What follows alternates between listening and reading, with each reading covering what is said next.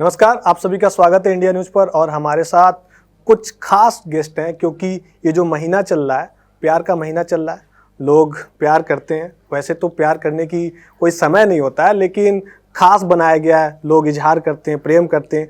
और उसी पर एक वेब सीरीज आ रही है अमेजन पे और MX प्लेयर पे, आप देख सकते हैं। प्यार का प्रोफेसर नाम है उसकी। स्टार कास्ट हमारे साथ है और संदीपा धर हमारे साथ हैं और प्रणव सचदेवा है। आपका स्वागत है इंडिया न्यूज़ पर। Thank you. आप अपने जो वेब सीरीज आ रही है इसके बारे में बताइए, आपका रोल क्या है उसमें? मेरे रोल का नाम, मेरे कैरेक्टर का हाँ, कैरेक्टर का नाम आपका मल्लिका है। हाँ, बहुत ही स्ट्रॉन्ग, इंडिपेंडेंट, कॉन्फिडेंट लड़की है। ठीक है। बहुत शार्प है, बहुत इंटेलिजेंट है। लेकिन इस सब कॉन्फिडेंस के पीछे एक वल्नरेबल लड़की है हाँ, जो काफ़ी कंफ्यूज्ड है। और वो इस सीरीज के दौरान उसको रियलाइज होता है जो उसको लगता था उसको जिंदगी में चाहिए वो एक्चुअली है नहीं, और उसको कुछ और ही चाहिए। वो तो उसकी जो सेल्फ डिस्कवरी है through these 6 episodes is what मल्लिका's जर्नी इज। और ये मतलब अब जो मल्लिका आपका कैरेक्टर है इसमें और जो ओरिजिनल में आप हैं उसमें दोनों में अंतर क्या है? कठिनाई किसमें सबसे ज्यादा है? कठिनाई तो रियल लाइफ में है। रियल लाइफ में तो सब बढ़िया है भाई, एंड में जीत ही जाते हैं।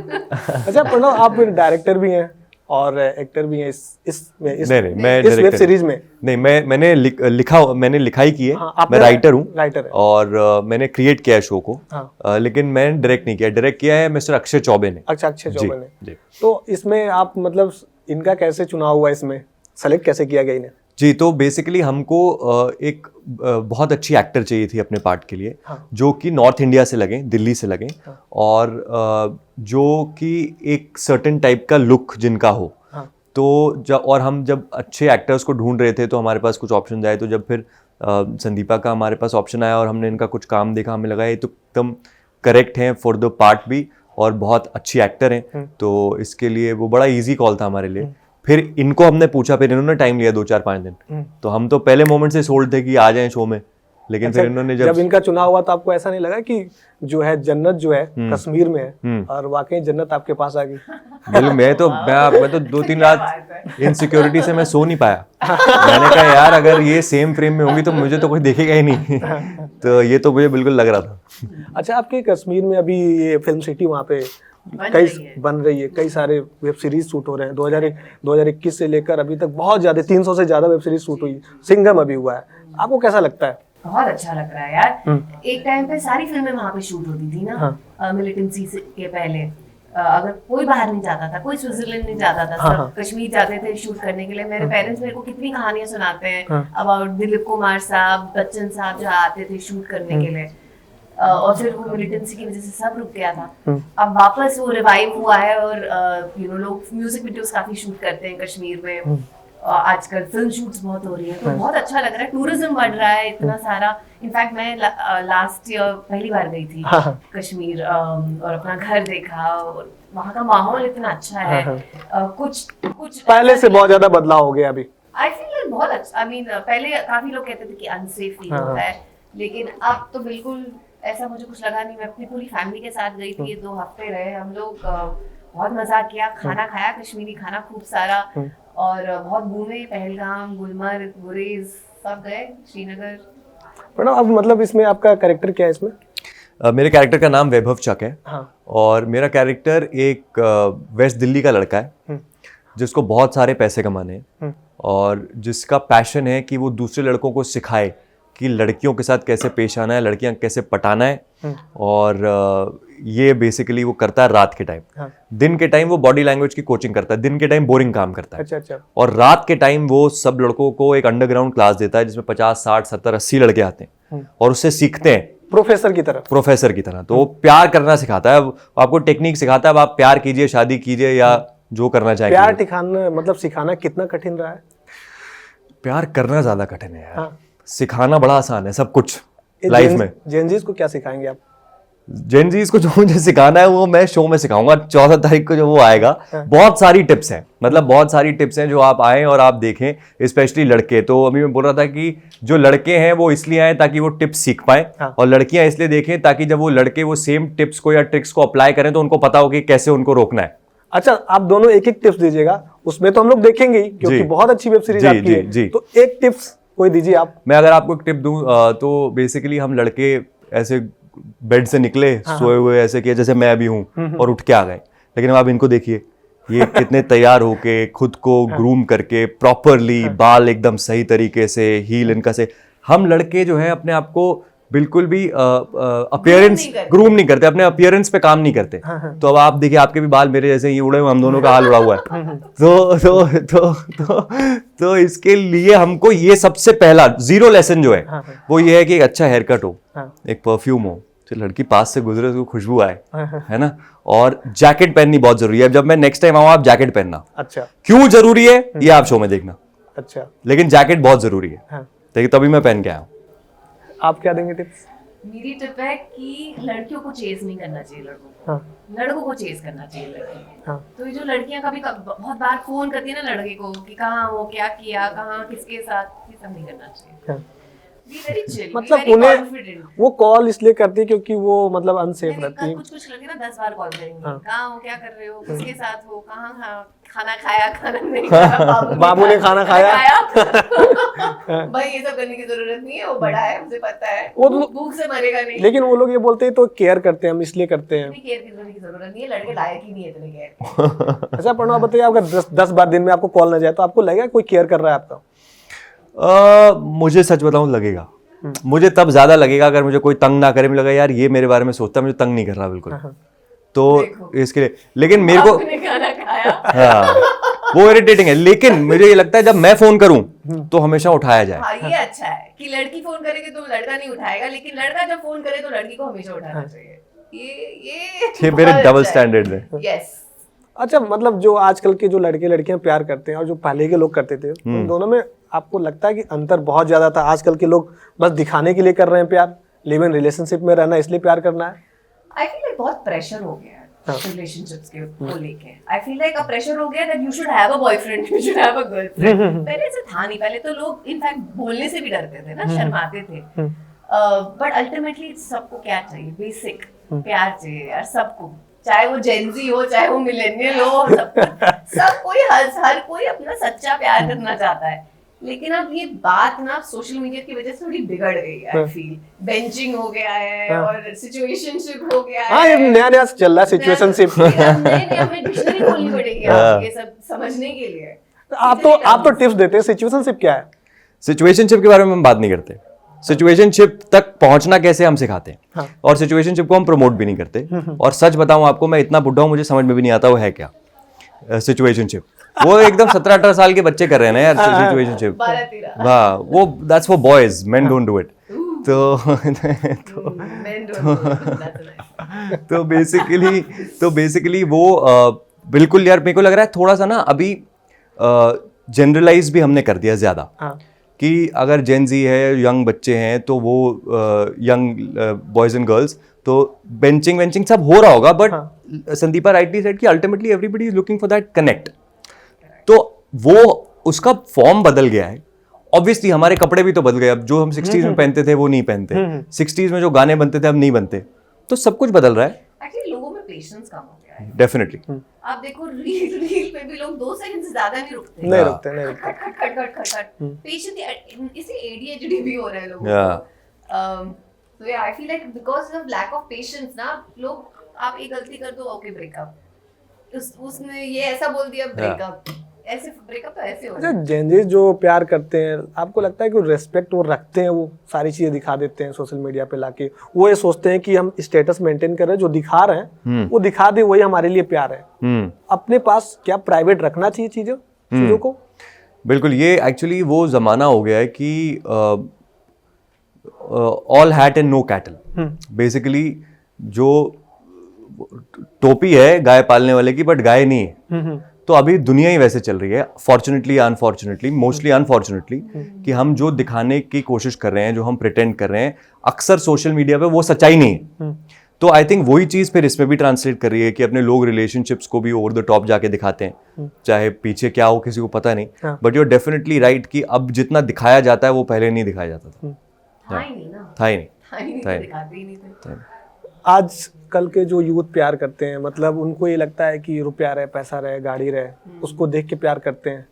क्या ये सही तो है? पहले नहीं देखते थे, आपके मम्मी पापा नहीं देखते थे कि लड़की नहीं, के पास पहले घर के लोग होना नहीं, चाहिए, अपना मैं बताता पैसा हूँ होना आपको, चाहिए। पहले जो शादी होती थी लोग एक दूसरे का चेहरा तक नहीं देखते थे, शादी कर लेते थे। हाँ, वो तो पता कितने पुराने हमारे- पुराना बात कर रहा हूँ, हाँ, अब अभी की मैं बात कर रहा हूँ। हम सही पहले भी देखते थे कि लड़का पहले के भी लोग settled सेट हैं, पहले के भी लोग सेट हैं। सेटल्ड है, ये तो देखते ही थे ना, हाँ। पहला बेसिक तो देखते थे यार। आजकल के लोग अगर मिले ना, एंगेजमेंट ना करें, चेहरा ना देखे तो शादी नहीं हो सकती है। Correct. लेकिन पहले क्या होता था, फोटो भी नहीं देखते थे, शादी हो जाती थी। वो भी सही नहीं है, हम्म। करेक्ट, वो भी सही नहीं है कि हमने लड़के का चेहरा तक नहीं देखा, पर्सनालिटी नहीं देखी। हाँ। अभी थोड़ा बहुत तो देखना पड़ेगा ना कि थोड़ा मैच हो रहा है नहीं मैच हो रहा है आपकी पर्सनालिटी। अगर आप किसी एक लड़के को पसंद करती, क्या क्या क्वालिटीज आप देखना चाहती हैं उसमें? सबसे तो पहले उसकी फैमिली, आई फील लाइक फैमिली से पता चल जाता है बहुत कुछ इस लड़के के इस बारे वेब में। सीरीज में भी आपने देखा वो चीज? ये उस कॉन्सेप्ट पे नहीं है। हाँ। ये इस वेब सीरीज में हम शादी नहीं कर, शादी के ऊपर नहीं नहीं, अगर किसी को आप पसंद करती हैं तब मैं हाँ। बात कर रहा हूँ। 100%। अभी ऐसा इसमें वैसी सिचुएशन नहीं है। आप जब सीरीज देखेंगे तो आपको समझ में आएगा कि बट वो उसका बैकग्राउंड देखती है इन टर्म्स ऑफ कि वो कैसा बंदा है, हाँ, हाँ। अच्छा लड़का है, बुरा लड़का है, उसकी आदतें कैसी हैं, किस तरीके से लोगों से बात करता है। मेरे को छोटी छोटी चीजें नोटिस करती है, जैसे कि आप वो जब आप किसी रेस्टोरेंट में जाते हो तो वेटर के साथ कैसे बात करता है, उसको रिस्पेक्टफुली बात करता है या ऐसे डिसरिस्पेक्टफुली बात करता है। इन सब छोटी छोटी चीजों से, छोटी छोटी रेस्पेक्ट वाली चीजें रहनी चाहिए। चीजों से पता चलता है कि लड़का कैसा है, उसकी वैल्यूज कैसे हैं। प्रणव, कभी आप ये जो सिचुएशनशिप है और जो हाफ गर्लफ्रेंड वाली चीजें, ऐसी चीजें आप कभी आपके साथ कभी हुआ है सब चीजें? मतलब मुझे किसी ने गर्लफ्रेंड बनाया हाफ नहीं, मुझे किसी ने नहीं बनाया। हाँ, बॉयफ्रेंड बनाया है। नहीं यार, मैं बेसिकली ऐसा नहीं हुआ क्योंकि ना मैं भी डायनासोर के पुराने जमाने में चल रहा हूँ। मैं हाँ, हाँ। मेरे जो मेरी पार्टनर है, मैं कुछ 12-13 साल से उनके साथ हूँ। तो वो 12-13 साल पहले जो हुआ वो तो मुझे याद भी नहीं है, बट 12-13 साल से कुछ ऐसा नहीं हुआ। अच्छा, जो लोग आजकल प्यार करते हैं अपनी पास्ट की चीजों पे बहुत ज्यादा लड़ाई करते हैं और अपना प्रेजेंट खराब कर लेते हैं, तो वो उस प्यार के बारे में आप क्या बोलेंगे? गड़बड़ तो है, वो गड़बड़ है। मतलब वी शुड लेट पास्ट को तो छोड़ देना चाहिए। Bygones be bygones. Correct, but वो रिजॉल्व भी कर लेना चाहिए। आप समझो अगर पुरानी बात उठी तो उसको अगर आप रिजॉल्व नहीं करोगे ना तो वो बार बार आएगी। बिल्कुल सही। अगर एक बार आपने रिजॉल्व कर लिया ना तो वो वापस नहीं आएगी। डाउट करते हैं बार बार। नहीं, क्योंकि वो पहली बार ही वो बात पूरी नहीं हुई है। अगर आप एक बात को उठा रहे हो तो पूरी खत्म करो बात को। हाँ, हाँ। तो फिर वो बार बार नहीं आएगी। लड़के इरिटेटिंग नहीं तभी बनती है जब लड़के उनको इरिटेट करते हैं, तो ताली एक हाथ नहीं बजती।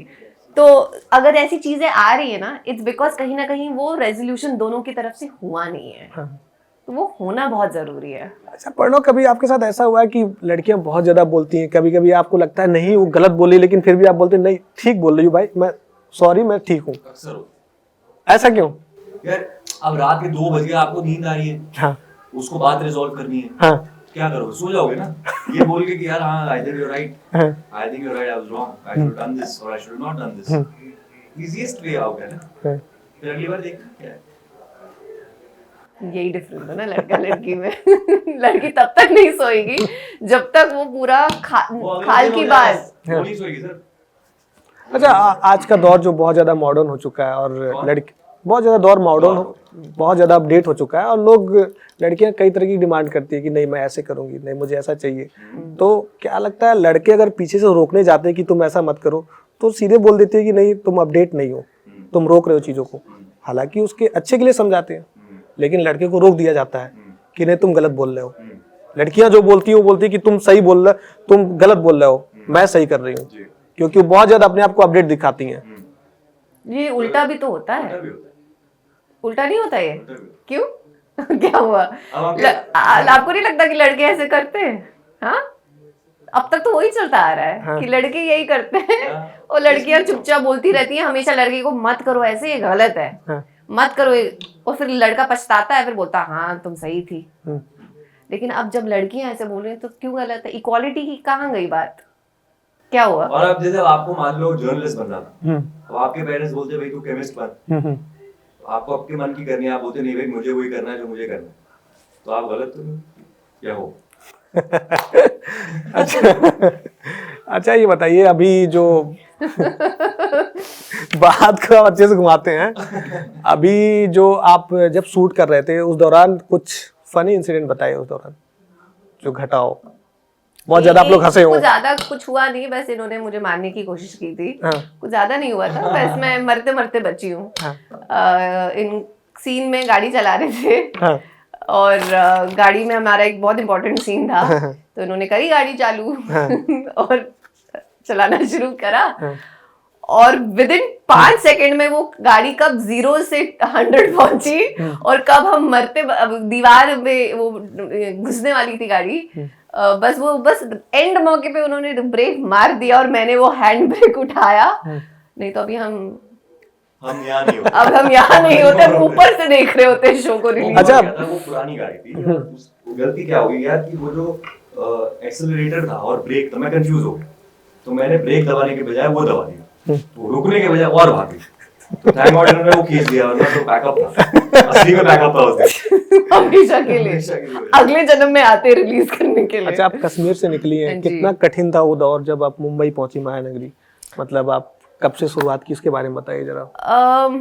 एक्चुअली मैं सिर्फ 1 महीने की थी जब हम लोग निकले थे वहाँ से। जितना मैं जानती हूँ इस सब के बारे में, ऑब्वियसली मैं अपने पेरेंट्स के उन्होंने जो मुझे बताया है, कैसे वो लोग रातों रात निकले थे, भागे थे एक ट्रक में, एक सूटकेस लेके, सब घर बाहर सब छोड़ा था, ये सोच के निकले थे कि 1-2 महीने में सब सिचुएशन ठीक हो जाएगी और हम लोग वापस आ जाएंगे घर, लेकिन 40 साल हो गए, कभी वापस नहीं गए। घर वैसे का वैसा ही है, बस उसके अंदर की चीज़ें सब खंडर बन गई हैं। डैड को ऑब्वियसली स्क्रैच से शुरू करना पड़ा, सबको अपनी लाइफ स्क्रैच से शुरू करनी पड़ी। किसी को आइडिया भी नहीं था कि हमेशा के लिए जिस शहर में वो लोग पैदा हुए हैं, जिस शहर में वो बड़े हुए हैं, जहाँ पे काम किया है, वहाँ पे कभी लौट के वापस नहीं आएंगे। तो काफ़ी डिफिकल्ट रहा मेरे पेरेंट्स के लिए, बट या I think it's the human strength कि हम इंडियंस रास्ता अपना ढूंढ लेते हैं, हम हार्ड वर्क करते हैं और हम अपने आप में बिलीव करते हैं। तो उसी तरह मेरे पेरेंट्स और काफ़ी हमारे रिलेटिव्स ऑब्वियसली लाखों में लोग भागे थे, उन्होंने अपनी ज़िंदगी नए सिरे से शुरू करी और अब काफ़ी सक्सेसफुल, अब उन्होंने अपने करियर्स बनाए और अब दे आर हैप्पी। कहाँ से लगा कि आपकी गाड़ी अब चल चुकी है महानगरी की ओर? यार ये कब हुआ पता भी नहीं चला, टू बी ऑनेस्ट। ऐसा फिर भी एक ड्रीम होता होगा ना आपका? नहीं था एक्चुअली मेरा ऐसे एक्टर बनने का कोई ऐसा ड्रीम नहीं था।